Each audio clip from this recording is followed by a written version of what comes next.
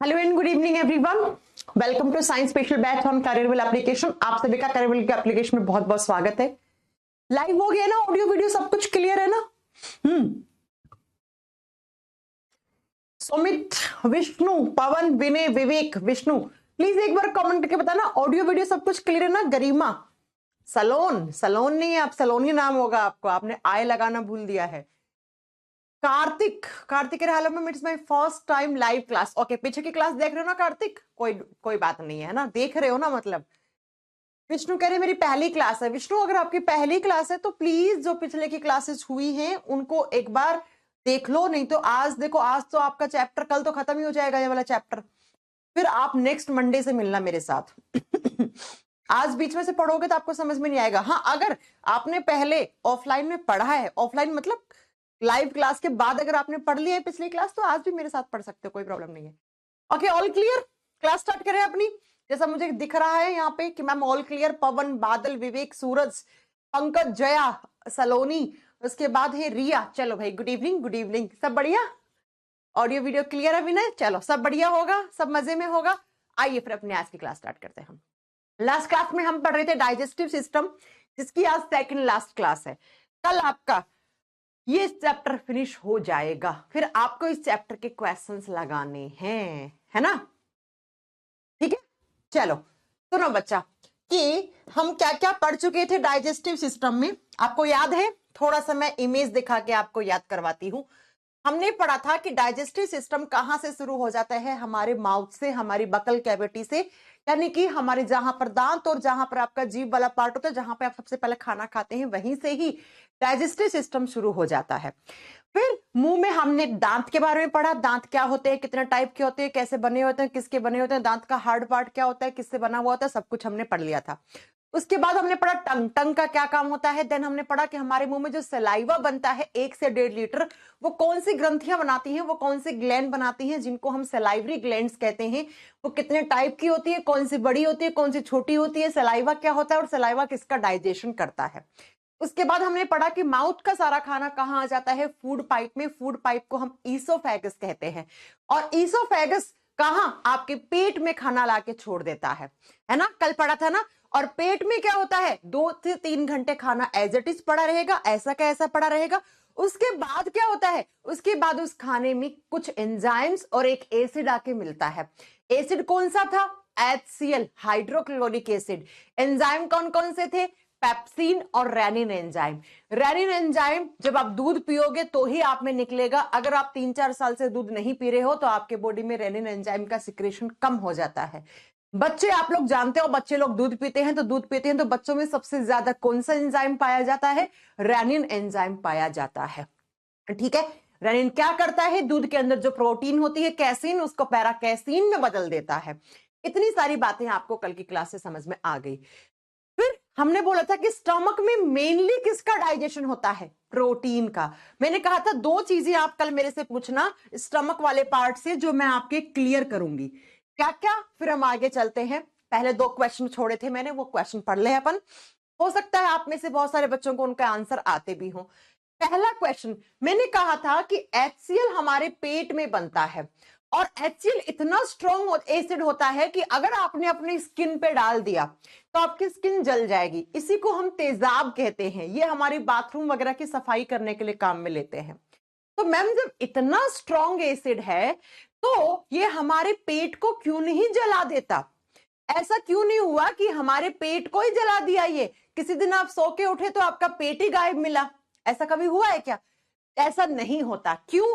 क्योंकि बच्चा देखो, इस तरीके से आपका मान लो पेट है ना, और पेट में यहां से मान लो HCl निकल रहा है, और जहां से HCl निकल रहा है जिस लेयर से, जिस ग्लैंड से, उसी के जस्ट नीचे की तरफ एक और लेयर होती है। ऐसे ऐसे एक और लेयर होती है, और इस लेयर को हम कहते हैं म्यूकस लेयर। इस लेयर को कहा जाता है श्लेष्मा परत। हिंदी में बोलते हैं हम श्लेष्मा परत। और बच्चा, ये जो म्यूकस लेयर होती है ना, ये कौन से नेचर की होती है? ये बेसिक नेचर की होती है, क्षारीय प्रकृति की होती है।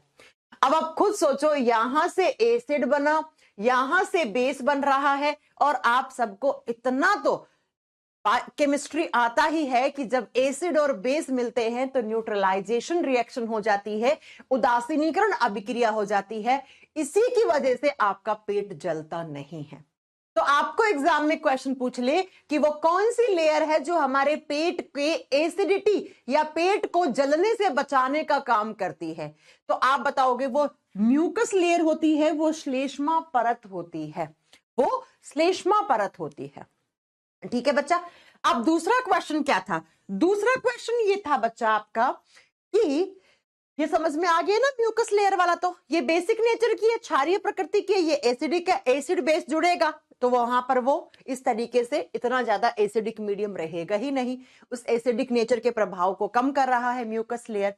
दूसरा क्वेश्चन मैंने आपको बताया था कि आप बायोलॉजी वाले चैप्टर में आप जब ये आपका डाइजेस्टिव सिस्टम पढ़ोगे तो उसमें आपको कुछ अटपटे से नाम याद आएंगे। जैसे एक मैंने आपको पढ़ाया था बोलस।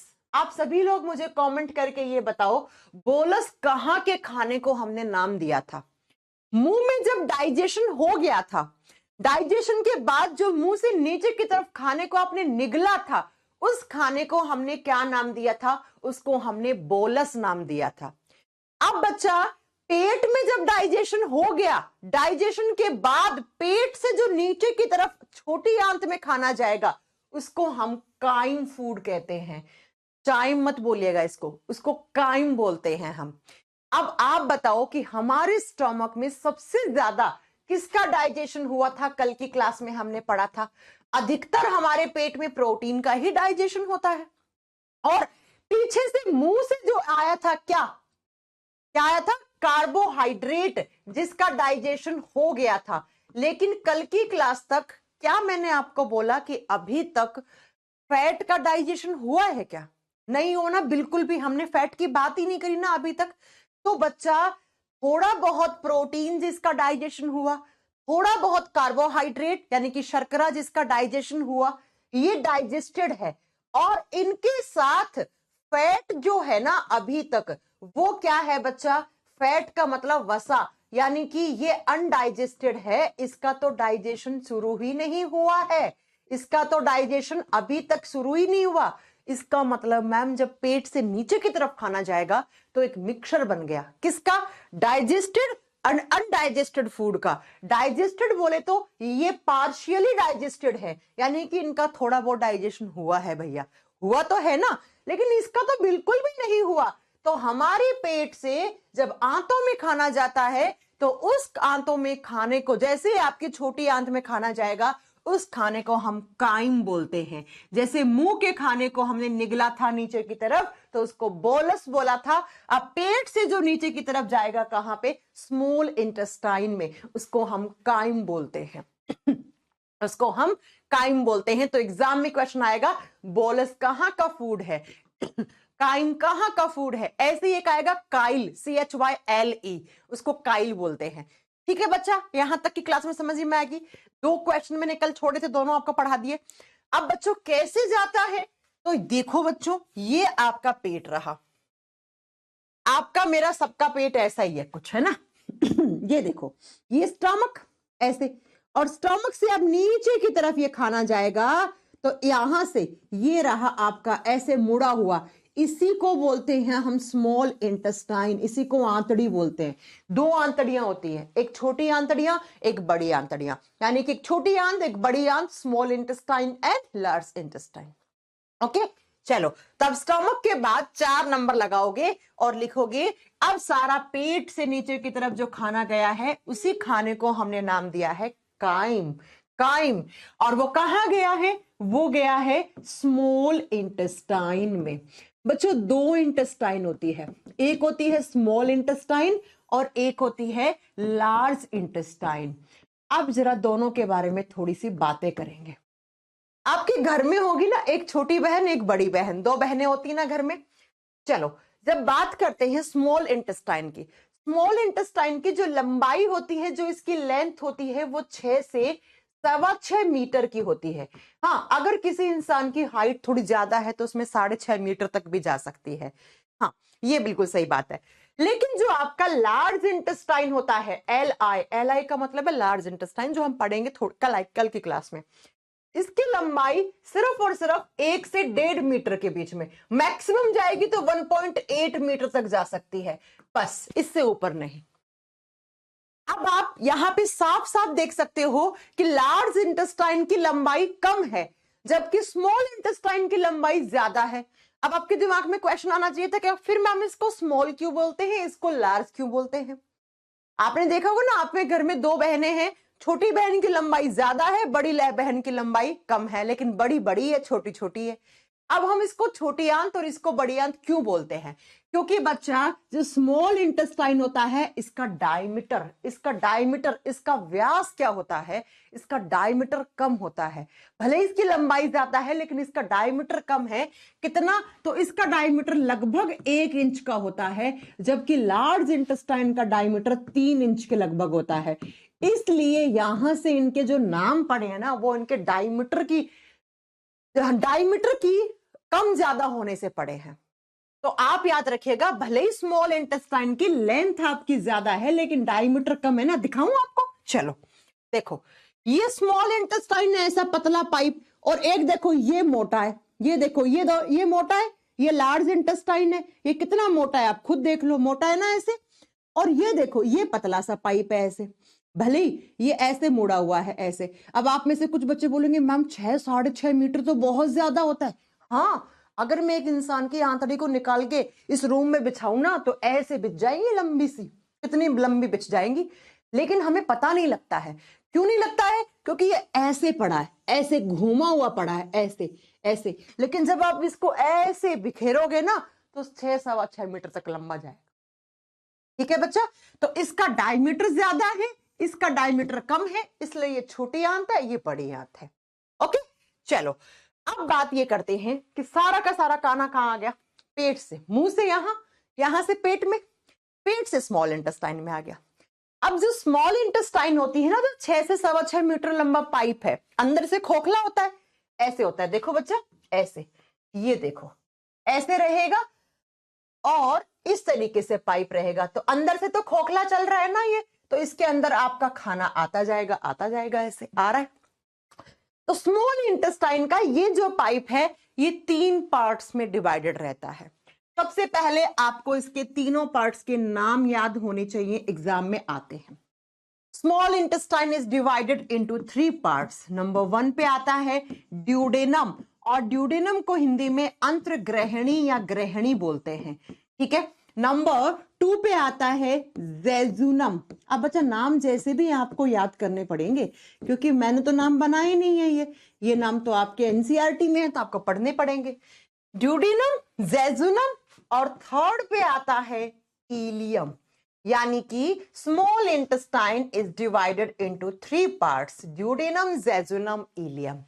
DJI नहीं, एक बात जय पूछ रहे हैं क्या बच्चे की भी इतनी होती है साइज? नो, बच्चा छोटा सा है तो उसका स्मॉल इंटेस्टाइन छोटा है, जैसे जैसे बड़ा बड़ा बड़ा बड़ा बड़ा होता जाएगा और जब वो 20-22 साल का हो जाएगा तो उसके इंटेस्टाइन का साइज इतना ही हो जाएगा। ओके जय, चलो अब ड्यूडेनम कौन सा होता है, जेजुनम कौन सा होता है और इलियम कौन सा होता है, वो बहुत ध्यान से सीखना है आपको।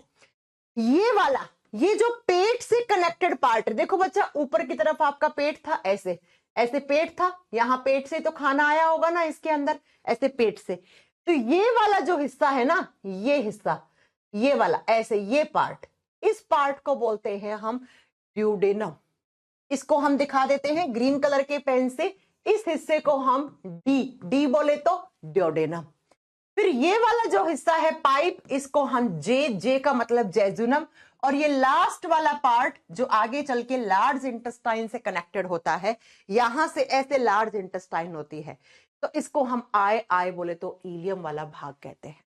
इसका मतलब मैंने बताया कि हमारी स्मॉल इंटेस्टाइन 3 पार्ट्स में डिवाइडेड है, ड्यूडेनम, जेजुनम, इलियम। अब एग्जाम में पूछा कि पेट से जो नीचे की तरफ स्मॉल इंटेस्टाइन का पार्ट है उसको क्या बोलोगे? डी वाला।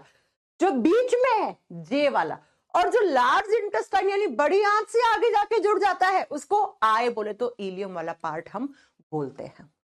अब पेट से सारा खाना यहां आ रहा है, यहां आ रहा है, कौन से पार्ट में आ रहा है सारा खाना? आप बताओ, खाना कहां आ गया? डी वाले पार्ट में। डी बोले तो ड्यूडेनम, यानी कि सारा का सारा खाना कहाँ आ गया, ड्यूडेनम में आ गया। अब जैसे ही खाना ड्यूडेनम में आता है, अब बताओ ड्यूडेनम किसका पार्ट है, duodenum is the part of small intestine. तो बच्चा ड्यूडेनम वाले पार्ट से यहां पर आपके दो ग्रंथियां कनेक्टेड होती हैं। कौन कौन सी, इस तरीके से आपका लीवर जुड़ा हुआ होता है इस पार्ट से ऐसे, और एक यहां पर ऐसे पेड़ के पत्ते जैसा दूसरा ऑर्गन जिसको आप पेनक्रियास कहते हैं, अगर आपने कभी ये नाम सुने हैं तो।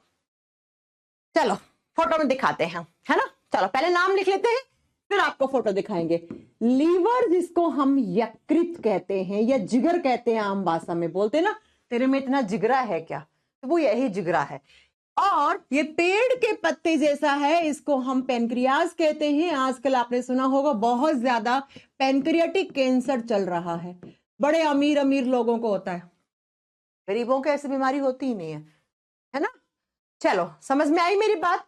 तो मैं ये बताना चाह रही हूं कि स्मॉल इंटेस्टाइन का जो डी वाला पार्ट है, इसी भाग से, स्मॉल इंटेस्टाइन का जो डी वाला पार्ट है, इसी भाग से क्या होता है, इसी भाग से कनेक्टेड होते हैं हमारे दो ऑर्गन। अब इनको आप ऑर्गन भी कह सकते हो और इनको आप और क्या कह सकते हो, इन दोनों को आप ग्लैंड्स, ग्रंथियां भी कह सकते हो।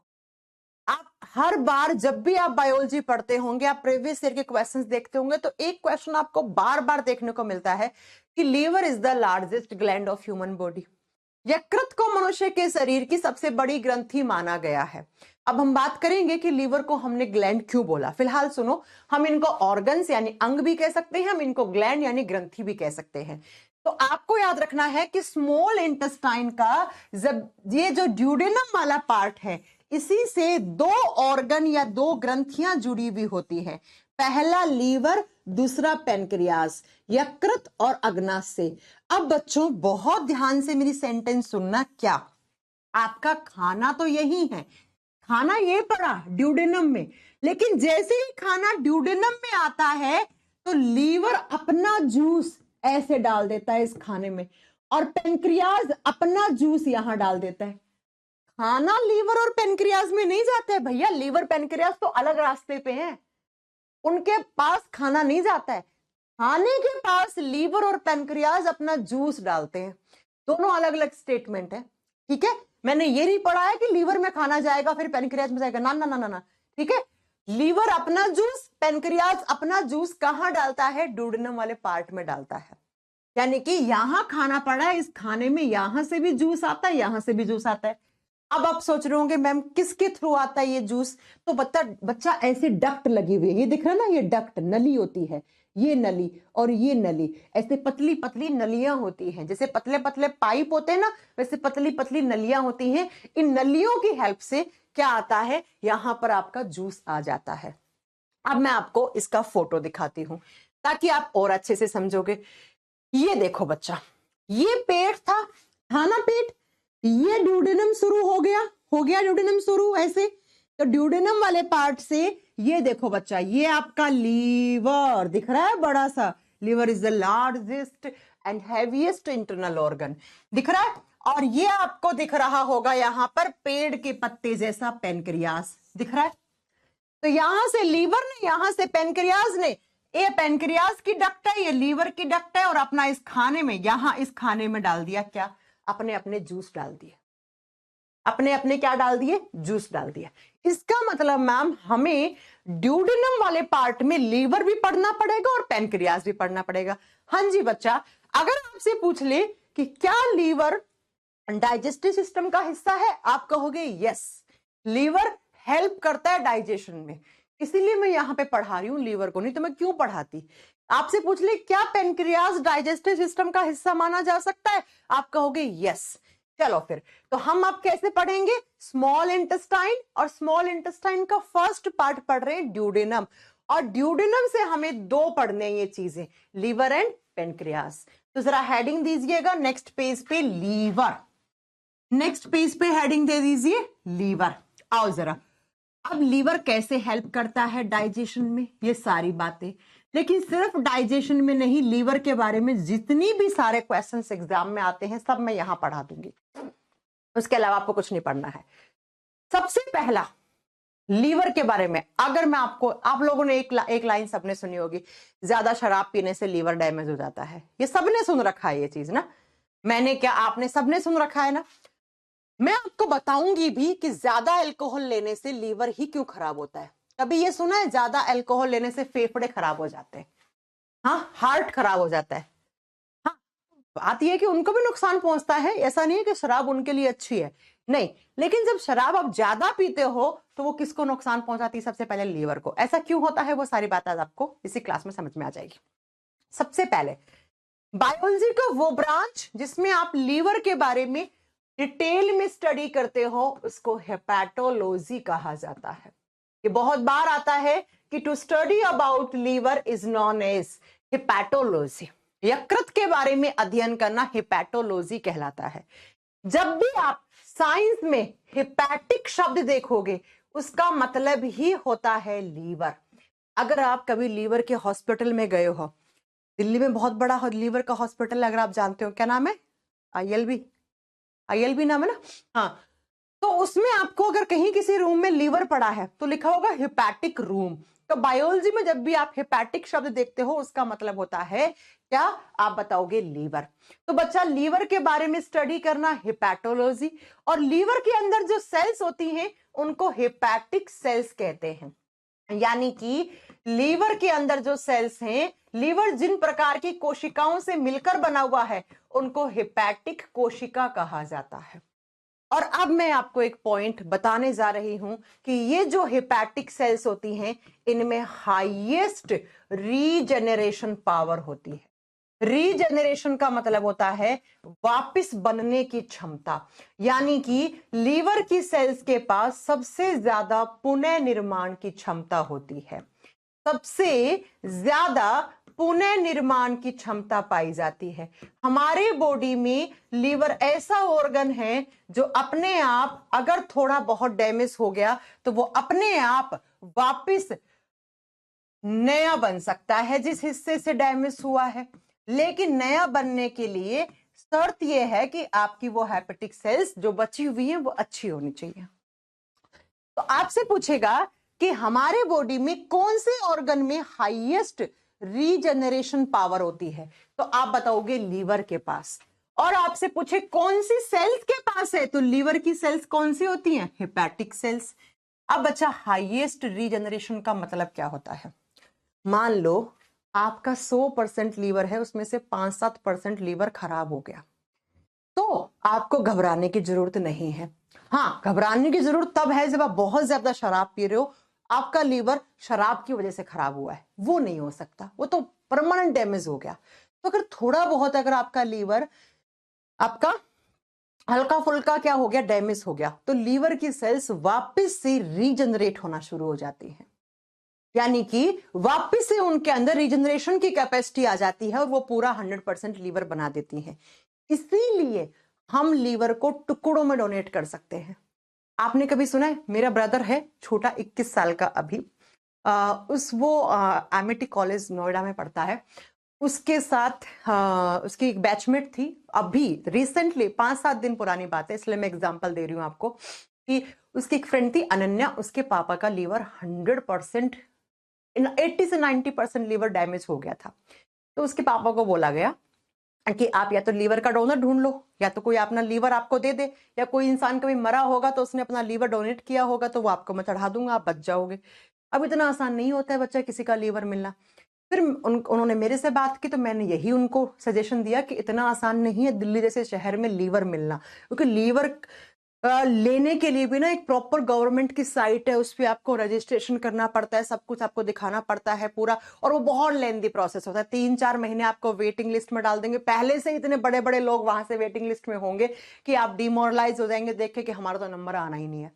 फिर मैंने उनको कहा कि देखो, अगर आप अपने पिताजी को बचाना चाहते हो तो आपके पास एक ही ऑप्शन है, आपका भाई है। उन्होंने कहा भाई नहीं है, हम 2 बहनें हैं। तो मैंने कहा आपको, अब अगर आपका ब्लड ग्रुप मैच कर रहा है अपने फादर से, तो आपको अपना लीवर देकर अपने पापा की जान बचानी पड़ेगी। और वो 21 साल की लड़की तुरंत राजी होगी, उसने अपना लीवर डोनेट कर दिया अपने पिताजी को, और उनके पिताजी आज बिल्कुल स्वस्थ है, बिल्कुल ठीक है।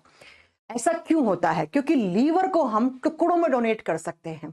फॉर एग्जाम्पल, मान लो अगर किसी इंसान का 40% लीवर खराब हो गया, अब उसको कोई देना चाहता है लीवर, कोई दूर का कोई नहीं देता है, या तो बेटा बेटी या जो भी, जैसे लालू प्रसाद यादव को भी, अच्छा लालू प्रसाद की तो किडनी चढ़ी थी क्या, किडनी दिया था उनकी लड़की ने तो, लेकिन ये बहुत सारे केस आप आजकल सुनते होंगे।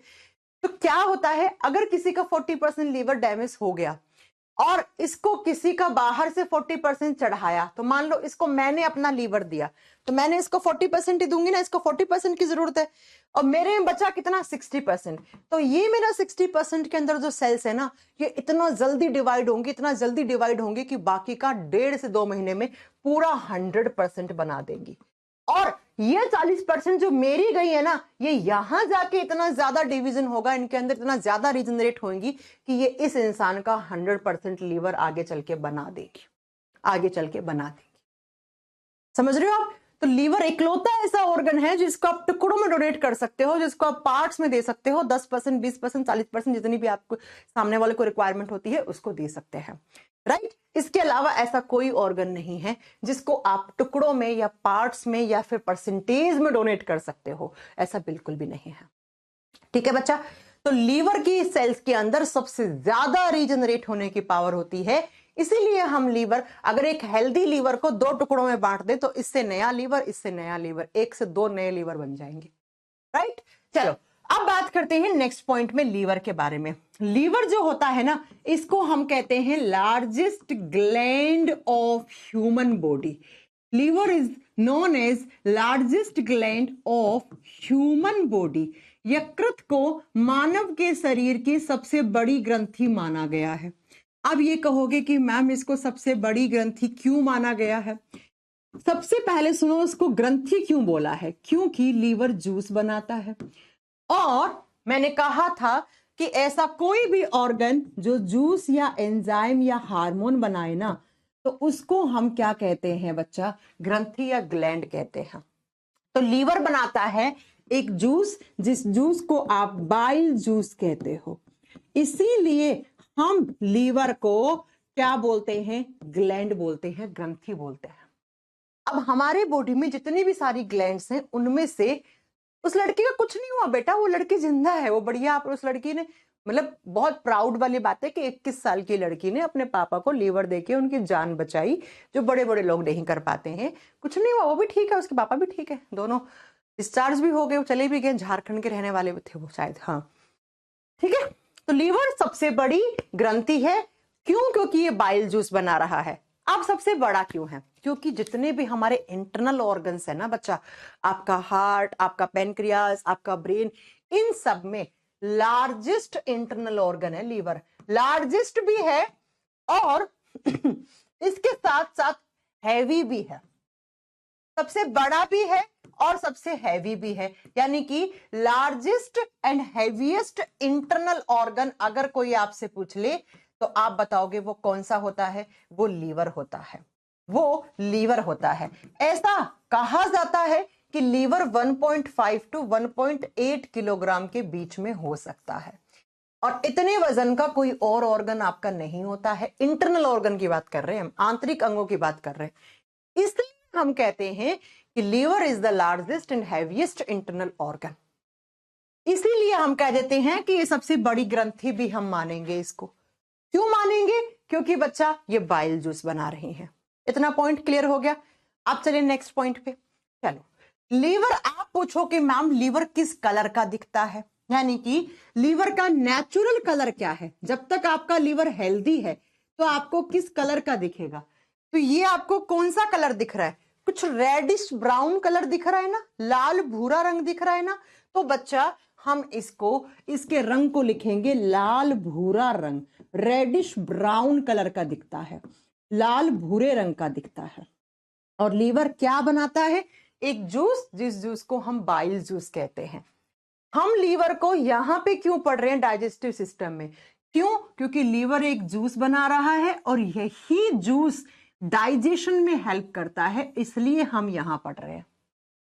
अब बात ये आती है, ये बाइल जूस क्या होता है, कैसे डाइजेशन में हेल्प करता है, किस कलर का होता है, कौन बनाता है, कौन स्टोर करता है, जरा थोड़ी थोड़ी बातें सुन लीजिए, थोड़ी थोड़ी बातें सुन लीजिए। मैंने कहा लीवर ने क्या बनाया, तो आप सब जानते हो इस तरीके से आपका लीवर होता है।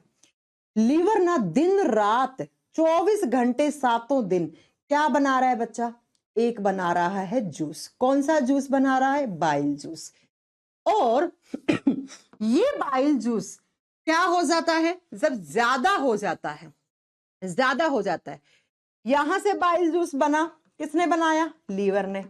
और जब ये बाइल जूस ज्यादा हो गया तो लीवर के नीचे की तरफ एक थैली जैसा, एक पाउच जैसा ऑर्गन लगा हुआ होता है यहां पे ग्रीन कलर का, जिसको आप पित्त की थैली या गॉल ब्लैडर कहते हैं, या गॉल ब्लैडर जिसको हिंदी में पित्त की थैली या पित्ताशय कहा जाता है, यहां पे आके स्टोर हो जाता है। तो दो क्वेश्चन बने। अगर आपसे पूछ लिया कि लीवर क्या बनाता है, या ऐसे देखो आपसे पूछे बाइल जूस बनाता कौन है, तो आप आंसर करोगे लीवर बनाता है। बनाया किसने? लीवर ने। लेकिन जब ये बाइल जूस ज्यादा हो जाता है, एक्सेस अमाउंट में हो जाता है, तो ये जाके यहां से स्टोर हो जाता है इस थैली में, जिसको हम आम भाषा में पित्त की थैली या गॉल ब्लैडर कहते हैं। दिखाती हूं आपको, ये देखो बच्चा, ये रहा पित्त का थैली, यहां पे जाके स्टोर हो जाता है। जितना स्टोर जो ज्यादा है वो स्टोर होगा, बाकी का ये यहां से होता हुआ आपके डी वाले पार्ट में, ये डी है, ये ड्यूडेनम है, और ड्यूडेनम में क्या है? खाना है। तो इस खाने के पास पहुंच जाता है ये बाइल जूस। ज्यादा कहां पे स्टोर हो जाता है? गॉल ब्लैडर में, पित्त की थैली में। ठीक है बच्चा, आजकल पित्त की थैली के स्टोन पथरियां बहुत चल रही हैं, आपने देखा होगा। ठीक है, चलो अब बात करते हैं कि ये बाइल जूस में होता क्या है। बाइल जूस में होता क्या है? जब बाइल जूस की कंपोजिशन की बात आएगी कि मैम बाइल जूस के अंदर होता क्या क्या है, तो मैं यहां पे लिख रही हूं, जरा सुनिएगा। बाइल जूस यानी पित्त रस में क्या क्या होता है? सबसे पहला, बाइल जूस में होते हैं बाइल सॉल्ट्स, और बाइल सॉल्ट्स को हम कहते हैं यहां पर पित्त लवण। पित्त लवण, सोल्ट का मतलब होता है लवण। मैंने कहा कि लीवर से बनने वाले बाइल जूस में क्या क्या पाया जाता है। हाँ बच्चा, 24 घंटे 7 दिन, मैंने बोला ना पंकज, मैंने आपको बताया तो पंकज कि 24 घंटे 7 दिन आपके बॉडी में बाइल जूस बन रहा होता है। अब आप कहोगे मैम कि एक दिन में कितना बनता है, तो एक दिन में बच्चा बाइल जूस 700 से 800 ml बनता है, 700 से 800 ml। अब अगर इससे ज्यादा हो गया तो वो यहां स्टोर होगा। जब ज्यादा हो रहा है तो किसी दिन कम भी तो निकल सकता है ना, कम निकलेगा तो फिर कहां से लेंगे? हम इस थैली से लेंगे।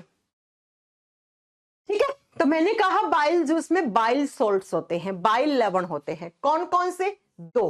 पहला सोडियम बाइकार्बोनेट, पहला जो सॉल्ट होता है उसको बोलते हैं सोडियम बाइकार्बोनेट, सेम नाम हिंदी में है। दूसरा होता है बच्चा सोडियम ग्लाइकोलेट, ये दो सॉल्ट हैं। दूसरा होता है सोडियम ग्लाइकोलेट और सोडियम बाइकार्बोनेट, दो सॉल्ट है। हो गया? नेक्स्ट सुनो, नेक्स्ट क्या होता है? दूसरा, आपके बाइल जूस में पाई जाती है कुछ लिपिड्स, और उन लिपिड्स को बोलते हैं हम फॉस्फोलिपिड्स। आपसे अगर एग्जाम में पूछ लेना क्या बाइल जूस में फॉस्फोलिपिड्स पाई जाती हैं, तो आपको बताना है यस, बाइल जूस में फॉस्फोलिपिड्स पाई जाती है। तो फॉस्फोलिपिड्स क्या होती है अभी पढ़ाएंगे, नहीं आगे पढ़ाएंगे आपको, जब टाइप्स ऑफ लिपिड्स पढ़ाएंगे ना तब पढ़ाएंगे, अभी नहीं, इस चैप्टर का नहीं है। नेक्स्ट, बाइल जूस में इसके अलावा और क्या होता है? कोलेस्ट्रॉल। कितने लोगों ने नाम सुना है कोलेस्ट्रॉल का? कोलेस्ट्रॉल बढ़ने से हार्ट अटैक आ जाता है मैम, हमने सुन रखा है, कोई बात नहीं, मैम बहुत अच्छे से पढ़ाएंगे कितना कोलेस्ट्रॉल होना चाहिए, गुड कोलेस्ट्रॉल क्या होता है, बैड कोलेस्ट्रॉल क्या होता है, सब कुछ पढ़ाएंगे आपको। फोर्थ नंबर पे आता है बाइल पिगमेंट्स। बच्चा इसको स्टार करना, इसको स्टार करना। पिगमेंट्स का मतलब होता है रंग देने वाला, कलर देने वाला, और दो कलर के पिगमेंट होते हैं, जो एक देता है येलो कलर यानी पीला और दूसरा देता है ग्रीन कलर। अब जरा सुनो, येलो कलर वाला पिगमेंट होता है उसको हम बिलीरुबिन कहते हैं, हिंदी में सेम नाम है। जो पीला रंग देगा वो बिलीरुबिन होता है, और जो हरा रंग देता है उसको हम बिलीवर्डिन कहते हैं, बिलीवर्डिन कहते हैं। ये कैसा? ये ग्रीन हरा रंग दे रहा है। और इन सारी चीजों के साथ प्लस थोड़ा बहुत पानी होता है, 5 नंबर पे पानी, यानी कि इन सारी चीजों के मिश्रण को, ये सारी चीजें जब मिक्स हो जाती है ना तो उसी को ही बाइल जूस कहा जाता है। जो बाइल जूस एक दिन में 700 से 800 ml तक बनना चाहिए, ज्यादा बन गया तो कोई प्रॉब्लम नहीं है, आपको पित्त की थैली दी है, इसी में आके आपका ये पित्त रस स्टोर हो जाता है। क्लियर हो गया? अब मैं एक बार फिर से पढ़ा रही हूं, बहुत ध्यान से समझना। बाइल जूस में 2 टाइप के सॉल्ट होते हैं, सोडियम बाइकार्बोनेट, सोडियम ग्लाइकोलेट, और इन्हीं की हेल्प से बाइल जूस डाइजेशन करता है। याद रखना, बाइल जूस में एंजाइम नहीं होता है। क्या मैम ने कहीं पे लिखा है कि बाइल जूस में कोई एंजाइम होता है? नहीं लिखा ना। तो बच्चा एग्जाम में आता है, आपको कंफ्यूज करने के लिए डालता है कि बाइल जूस में कौन सा एंजाइम होता है। अब वहां दिमाग लगाते हो कौन सा पेप्सिन, रेनिन, कौन सा एंजाइम, होता ही नहीं है। बाइल जूस में कोई एंजाइम नहीं होता है। अब आप सोचोगे मैम जब एंजाइम ही नहीं है तो डाइजेशन किसकी हेल्प से करता है? इनकी हेल्प से, अपने सॉल्ट, अपने लवणों की हेल्प से करता है डाइजेशन। ठीक है? साथ में कुछ फॉस्फोलिपिड्स होती है, थोड़ा बहुत कोलेस्ट्रॉल होता है, 2 टाइप के पिगमेंट्स। पिगमेंट्स का मतलब होता है जो कलर दे, जो रंग दे। जो पीला रंग देगा वो बिलीरुबिन है, और जो हरा रंग देगा वो बिलीवर्डिन है। और आपको बता दूं, बाइल जूस हरे रंग का ही होता है, इसीलिए मैंने यहां पे हरा बनाया। और पूछ ले बाइल जूस का हरा रंग किसकी वजह से है, तो बताइएगा बिलीवर्डिन नामक पिगमेंट की वजह से होता है। ये पिगमेंट है आपके बाइल जूस में, इसी की वजह से आपको बाइल जूस है उसका हरा रंग देखने को मिलता है। जबकि ये बिलीरुबिन आपके खून में जो प्लाज्मा होता है ना उसको पीलापन देता है। ये सब बात की बातें हैं, अभी जितनी काम की बातें सिर्फ वो पढ़नी है। तो ये बाइल जूस के अंदर ये सारी चीजें। अब ये बाइल जूस बनाया किसने? लीवर ने। और ये आ रहा है यहां पे, कहां पे? इस हिस्से में। और ये हिस्सा कौन सा है? ड्यूडेनम वाला। ड्यूडेनम में क्या पड़ा है? खाना पड़ा है। तो ये बाइल जूस आके किसको टारगेट करता है, किसका डाइजेशन करता है? तो बच्चा ये बाइल जूस आता है और आके जितने भी आपने खाने में क्या खाई है, आपने खाई होंगी फैट। फैट जिसको मैंने बताया था, थोड़े से पढ़े लिखे लोग लिपिड्स बोलते हैं, है ना। कॉमन नेम इसका फैट होता है। आपने खाने में अगर वसा खाई है तो बच्चा उस फैट के ऊपर बाइल जूस अटैक करता है। अटैक का मतलब है उसको तोड़ने का काम करता है पित्त रस। और वो क्या करता है, वो बाइल जूस की हेल्प से फैट या लिपिड्स होती है ना, वो फैटी एसिड्स में कन्वर्ट हो जाती है, वो फैटी एसिड्स में बदल जाती हैं। फैटी एसिड्स का मतलब होता है वसीय अम्ल। बच्चों मैं आपको बता दूं, आप जो फैट होते हैं ना, वैसे तेल और घी किस में खाते हो? बूंदों में। बूंद, तेल, घी, मक्खन, छाछ, दही, इनमें क्या होता है? फैट होता है। तो ऐसे बड़ी बड़ी बूंदें थी फैट की इसमें। बाइल जूस ने क्या किया, इस फैट को ऐसे अरे यार, इस फैट को ऐसे छोटी छोटी ड्रॉप्स में तोड़ दिया, ऐसे ऐसे बच्चा। और ये छोटी ड्रॉप्स फैटी एसिड्स कहलाती है। लेकिन बच्चों अभी कंप्लीट डाइजेशन नहीं हुआ है। डाइजेशन तो हुआ फैट का, लेकिन कंप्लीट नहीं हुआ। अभी कंप्लीट कहां होगा, तो वो आगे होगा, वो आगे पढ़ेंगे हम। अभी आप ये बताओ कि बाइल जूस खाने में से कौन से न्यूट्रिएंट का डाइजेशन करता है? फैट का। किसमें कर देता है? फैटी एसिड्स यानी कि वसीय अम्ल में कर देता है। और इस प्रोसेस को हम एक नाम देते हैं केमिस्ट्री में, इमल्सिफिकेशन। इमल्सिफिकेशन, और हिंदी में कहा जाता है पायसीकरण। पता है आपको एग्जाम में कैसे क्वेश्चन आता है? एग्जाम में क्वेश्चन आता है लीवर कौन सी प्रोसेस पे काम करता है, तो आपको बताना है लीवर इमल्सिफिकेशन प्रोसेस पे काम करता है। लीवर पायसीकरण प्रक्रिया पे आधारित होता है। नितेश कह रहे हैं हिंदी में टीच करो। भैया एक एक चीज हिंदी में लिखिए। देखो, फैट को वसा, बाइल जूस को पित्तरस, फैटी एसिड को वसीय अम्ल, गाल ब्लैडर को पित्ताशय। इससे ज्यादा हिंदी नहीं होती है बायोलॉजी की, है ना नितेश? हाँ जी, अब समझ में आया कि हम लीवर को डाइजेस्टिव सिस्टम का हिस्सा क्यों मानते हैं। बिकॉज लीवर अपना जूस बना के खाने में डालता है। वो खाना कहाँ था? वो स्मॉल इंटेस्टाइन के ड्यूडेनम वाले पार्ट में था। और उस खाने के अंदर क्या था? लिपिड्स था। और लिपिड्स का डाइजेशन कौन करता है? तो आप बताओगे बच्चा। लिपिड्स का डाइजेशन आपका बाइल जूस करता है, पित्त रस करता है। और जिस प्रोसेस के थ्रू लीवर करता है उसी को इमल्सिफिकेशन कहते हैं। उसी को इमल्सिफिकेशन कहते हैं। पॉइंट क्लियर हो गया? तो फैट का डाइजेशन किसने कर दिया आप बताइए? फैट का डाइजेशन कर दिया आपके लीवर ने। किसकी हेल्प से? बाइल जूस की हेल्प से। तो यहां से आपका लीवर क्या बना रहा था? ऐसे बाइल जूस बना के यहां डाल रहा था। यहां ये क्या है? ड्यूडेनम। तो यहां पे खाना था और इस खाने में क्या कर दिया? फैट ने अपना फैट का डाइजेशन कर दिया इस बाइल जूस ने। अब बच्चों, जैसे लीवर ने अपना क्या डाला यहां पे? बाइल जूस डाला। ऐसे ही जो पेड़ के पत्ते जैसा है ना, ये भी अपना जूस डालता है इसी खाने में। इसी खाने में ये भी अपना जूस डालता है। तो उसके बारे में जरा बात कर ले। लेकिन उसके बारे में बात करने से पहले थोड़ी सी लीवर के बारे में बातें और बताऊंगी मैं आपको। थोड़ी सी लीवर के बारे में बातें और बताऊंगी। बच्चा, मैंने कहा था अल्कोहल पीने से लीवर खराब हो जाता है। ये बात मैंने बताई थी ना? ठीक है, अब सुनो। लीवर ना बहुत सारे काम करता है। अगर आप एक अच्छी किताब पढ़ोगे ना तो उसमें लिखा होता है लीवर मिनिमम 250 से 300 काम करता है। अब आप कहोगे मैम 250-300 याद करने? अरे नहीं यार, 8-10 काम आपको लीवर में याद रखने हैं जो आपके वनडे कॉम्पिटिटिव एग्जाम में आते हैं। डाइजेस्टिव सिस्टम इसका रोल ये था जो मैंने पढ़ा दिया।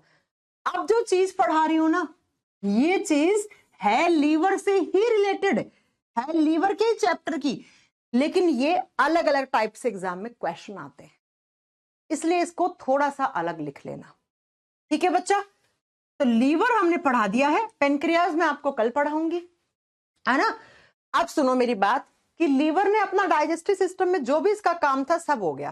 ठीक है, अब लीवर इसके अलावा भी बहुत सारे काम करता है जो एग्जाम में आते हैं। और एग्जाम में आए ना आए भैया छोड़ो, आपको डेली लाइफ में पता होना चाहिए कि अगर आप शराब पी रहे हो, आप बीड़ी तंबाकू गुटखा खा रहे हो तो आपका लीवर खराब हो जाएगा, तो ऐसे मर जाओगे आप, ये सारे काम रुक जाएंगे आपके। हाँ सुनो जरा क्या क्या काम करता है। सबसे पहला, अच्छा क्या लिखोगे? हेडिंग क्या दोगे? Function of liver. Function of liver देना, ठीक है? लीवर के काम या यकृत के काम क्या क्या कर सकता है। इतना डीप में आपको कहीं मिलेगा नहीं किसी किताब में, ना आपने पढ़ा होगा, मेरी गारंटी है ये। ठीक है, यकृत के कार्य, मैंने ऐसे ही नहीं बोला था आपको कि मैं ऐसा सिलेबस कराऊंगी कि उसके बाद आपको फिर से साइंस नहीं पढ़नी है, फिर से बायोलॉजी नहीं पढ़नी है। कुछ सोच समझ के बोला होगा, है ना? चलो सुनो, सबसे पहला काम लीवर करता है फॉर्मेशन ऑफ यूरिया। देखा होगा ना एनडीए के एग्जाम में इतनी बार आता है ये क्वेश्चन कि यूरिया कौन सा अंग बनाता है, इतनी बार आता है। और बच्चा किडनी करके आता है। अरे यूरिन पूछे ना पेशाब कौन बनाता है तो किडनियां बनाती हैं। लेकिन अगर आपसे पूछे कि यूरिया कौन बनाता है तो बताया ना कि आपका लीवर बनाता है। ठीक है, पहला काम। दूसरा सुनो, दूसरा काम क्या करता है? ये करता है ग्लाइकोजन को स्टोर, ग्लाइकोजन को स्टोर करता है। अब मेरी बात को बहुत ध्यान से सुनना बच्चा, जब भी कभी आपके बॉडी में कोई भी चीज ज्यादा हो जाती है ना, वो जाके डायरेक्टली किसके पास स्टोर होती है? लीवर के पास। जैसे हमारी मम्मी राशन पानी लाती हैं, ज्यादा ले आती हैं महीने भर का एक साथ, तो हम स्टोर रूम में डाल देते हैं। ठीक ऐसे ही जब हमारी बॉडी में कोई भी केमिकल, कोई भी सॉल्ट, कोई भी चीज ज्यादा होती है ना, वो लीवर के पास चली जाती है। लीवर स्टोर हाउस है हर चीज का। लीवर कहता है आने दो मेरे पास, कोई दिक्कत नहीं है, देख लूंगा मैं। अब ग्लाइकोजन क्या होता है सुनो, जब आपके बॉडी में ग्लूकोज बहुत ज्यादा हो जाता है ना, ग्लूकोज एक्सेस हो गया, तो यही ग्लूकोज, ज्यादा अमाउंट का ग्लूकोज है ना, ये बदल जाता है ग्लाइकोजन में, और इस ग्लाइकोजन को फिर स्टोर करता है कौन? लीवर। ग्लाइकोजन है क्या? ग्लूकोज से बनी हुई स्ट्रक्चर है। तो आप बताओ, अगर आपसे पूछ लिया कि हमारे बॉडी में ग्लूकोज एक्सेस है, वो कहां पे स्टोर होता है, तो आप बताओगे ग्लूकोज एक्सेस जब ज्यादा हो जाता है तो वो ग्लूकोज ग्लाइकोजन में बदल जाता है, और वो ग्लाइकोजन लीवर के पास हो जाता है, और इसी ग्लाइकोजन को हम कहते हैं हमारे बॉडी का रिजर्व फूड। रिजर्व फूड का मतलब होता है संग्रहित या भंडारित खाना। जैसे आपके गाड़ी में पेट्रोल और डीजल रिजर्व रहता है, क्यों रहता है? ताकि अगर किसी दिन पेट्रोल डीजल की कमी होगी तो उस रिजर्व पेट्रोल डीजल से आपकी गाड़ी चल जाए भैया पेट्रोल पंप तक। ठीक ऐसे ही अगर आपके बॉडी में कभी ग्लूकोज की कमी हो गई, आप बाहर से ग्लूकोज नहीं खा रहे हो, आप फास्ट कर रहे हो, आप रोजे कर रहे हो, आपकी लड़ाई होगी किसी से, आप गुस्से में हो, खाना नहीं खा रहे हो, ग्लूकोज नहीं खा रहे हो, तो मर तो नहीं जा रहे हो ना, 5-7 दिन तक तो कुछ नहीं होता है ना। क्यों? क्योंकि आपके पास ये है ग्लाइकोजन। इसी को हमारे बॉडी का रिजर्व फूड कहते हैं। ये वो रिजर्व फूड है जो इमरजेंसी में काम आता है। जब कभी आप बाहर से कुछ नहीं खा रहे हो तब ये काम आता है ग्लाइकोजन। ठीक है। तीसरा, लीवर क्या क्या करता है सुन लो।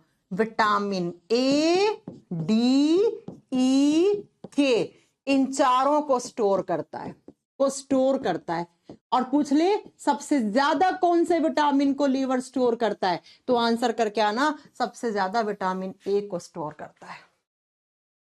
हाँ जी, बता दोगे? मैं ये लीवर के काम बता रही हूं जो डायरेक्टली एग्जाम में आते हैं, और एग्जाम मैंने कहा भाड़ में जाने दो, आपको डेली लाइफ में भी पता होना चाहिए ये सारी चीजें। नेक्स्ट चले अगले पॉइंट पे। अगला एक काम तो आप खुद से लिख लोगे, चलो लिखो। क्या काम? एक काम लिखोगे, formation of bile juice. Board कितना टकरा है बाबा। हाँ, नेक्स्ट लिखो, फॉर्मेशन ऑफ बाइल जूस। ये पित्त रस का निर्माण करता है, बाइल जूस बनाता है। मैं पढ़ा चुकी हूं, ऊपर लिखवा दिया है, बार बार नहीं पढ़ाऊंगी। नेक्स्ट पांचवा लिखो इसके बाद। लीवर और क्या करता है? डिटॉक्सिफिकेशन। हमारे बॉडी में डिटॉक्सिफिकेशन का काम करता है। और डिटॉक्सिफिकेशन का मतलब क्या होता है? जहरीले पदार्थों का प्रभाव कम करना। जहरीले पदार्थों का प्रभाव कम करना। आपके बॉडी में कोई भी हार्मफुल प्रोडक्ट चला गया, मान लो वो प्रोडक्ट आपके इधर उधर ऑर्गन में घूम रहा है और उन ऑर्गन्स को खराब कर देगा। तो मैंने कहा ना, लीवर बेचारा क्या होता है, लीवर बहुत इनोसेंट होता है। वो कहता है चाहे खराब जहर ही क्यों ना हो, मेरे पास भेज दो, तुम इसको मेरे पास भेज दो। यानी कि जहरीले पदार्थों का प्रभाव कम करता है, आपके बॉडी को डिटॉक्सिफिकेशन या डिटॉक्सिफाई करता है। जो भी आपने सुना होगा पेन किलर ज्यादा खाने से लीवर खराब होता है। पेन किलर में क्या है? Chemical, harmful chemical. वो हार्मफुल केमिकल यहां वहां घूमेगा नहीं, उसको घूमने नहीं देता है लीवर अपने पास बुला लेता है, और बेचारा लीवर अपने आप को सेक्रीफाइस कर देता है। ठीक है, समझ में आ गए? डिटॉक्सिफिकेशन का मतलब आप सबको समझ में आ गया होगा शायद। नेक्स्ट लिखो, फैट को स्टोर करता है। फैट को स्टोर करता है, वसा को स्टोर करता है। जब कभी भी आपके बॉडी में फैट ज्यादा हो जाता है तो उसको स्टोर करता है लीवर। उसको कौन स्टोर करता है? लीवर, यानी कि यकृत स्टोर करता है। नेक्स्ट लिखो 7 नंबर पे, metabolism of alcohol and drugs. Metabolism of alcohol यानी शराब और कोई भी आपने हैवी दवाई ली है, ड्रग ली है, उसका चयापचय करना, उसको तोड़ना, उसके अंदर जो केमिकल्स होते हैं उनको अपने पास डिपॉजिट करवाने का काम करता है मेटाबॉलिज्म का। आप जो भी शराब पीते हो, और शराब में जो टॉक्सिक केमिकल्स होते हैं, वो सारे केमिकल्स सबसे पहले आपके लीवर के पास आते हैं। फिर वो खून में घुल के आपके दिमाग के पास जाते हैं, तब जाके आपको नशे होते हैं। ठीक है, इतनी सारी बात समझ में आ गई। तो ये मैंने कुछ ऐसे काम बताए हैं जो आपका लीवर करता है। इसके अलावा कुछ रह भी गए होंगे तो वो आगे आगे के क्लासेस में आ जाएंगे। तो आज हमने क्या पढ़ा? हमने पढ़ा कि पेट से खाना स्मॉल इंटेस्टाइन में गया। स्मॉल इंटेस्टाइन के किस पार्ट में? ड्यूडेनम वाले पार्ट में। ड्यूडेनम से लीवर और पैनक्रियास कनेक्टेड होते हैं। लीवर के बारे में हमने पढ़ लिया, लीवर ने कैसे कैसे हेल्प करी डाइजेस्टिव सिस्टम में, किसका डाइजेशन करा? फैट का करा। ठीक है, तो बच्चा हमें डाइजेस्टिव सिस्टम में लीवर को पढ़ना पड़ा। और लीवर इसके अलावा और भी बहुत सारे काम करता है जो शायद आपने नोट डाउन कर ले होंगे, 7-8 काम। कोई बात नहीं, 2-4 और पढ़ा दूंगी मैं, 1-2 तो कल की क्लास में आ जाएंगे। ठीक है, अब हम कल पढ़ेंगे पैनक्रियाज अपना कौन सा जूस ड्यूडेनम में डालता है। कल मेरे ख्याल से हो जाना चाहिए चैप्टर आपका फिनिश, हो जाएगा, कल हो जाएगा। ठीक है, अब आज की क्लास में कोई भी डाउट हो तो मेरे से पूछ सकते हो। Ma'am please repeat emulsification. मैंने इमल्सिफिकेशन का मीनिंग पढ़ाया ही नहीं है, केमिस्ट्री में समझ में आएगा। इमल्सिफिकेशन सॉल्यूशन एंड सॉल्यूट वाले चैप्टर में। हाँ जी, कल चैप्टर फिनिश हो जाएगा, फिर आप वीकेंड पे इसके प्रैक्टिस सेट लगा लीजिएगा। मैम आपकी बुक कौन सी है? जया कुमारी जी जानना चाहती है। कल बताते हैं आपको मेरी किताब के बारे में। पहले चैप्टर फिनिश करेंगे, उसके बाद में। अभी मुझे ये बताओ कि क्यों कुछ भी आपको डाउट है, कैसा भी डाउट हो किसी भी टाइप का। लीवर डोनेट करने के लिए ब्लड ग्रुप कौन सा होना? अरे भैया, लीवर डोनेट करने के लिए ब्लड ग्रुप का मतलब है जिसको आप दे रहे हो लीवर और जिसका आप ले रहे हो, दोनों का ब्लड ग्रुप मैच होना चाहिए। मैच होने का मतलब ये नहीं है कि दोनों सेम होना चाहिए, नहीं। आपको जब ब्लड ग्रुप वाला चैप्टर समझ में आएगा ना, कौन किसको दे सकता है, कौन किससे ले सकता है, तब आपको समझ में आएगी। ये मेरा पॉइंट है। ओके, कौन सा होना नहीं चाहिए बच्चा? डोनर और एक्सेप्टर के बीच का वो पता होना चाहिए आपको, ब्लड ग्रुप। नो डाउट, गरिमा, विनय, ओके। चलो फिर कल मिलते हैं आपसे नेक्स्ट क्लास में। और कल आपका ये चैप्टर फिनिश। सैटरडे संडे में अपने क्वेश्चंस लगा लेना, मैं बुक भी बता दूंगी आपको, सारी चीजें बता दूंगी कल की क्लास में।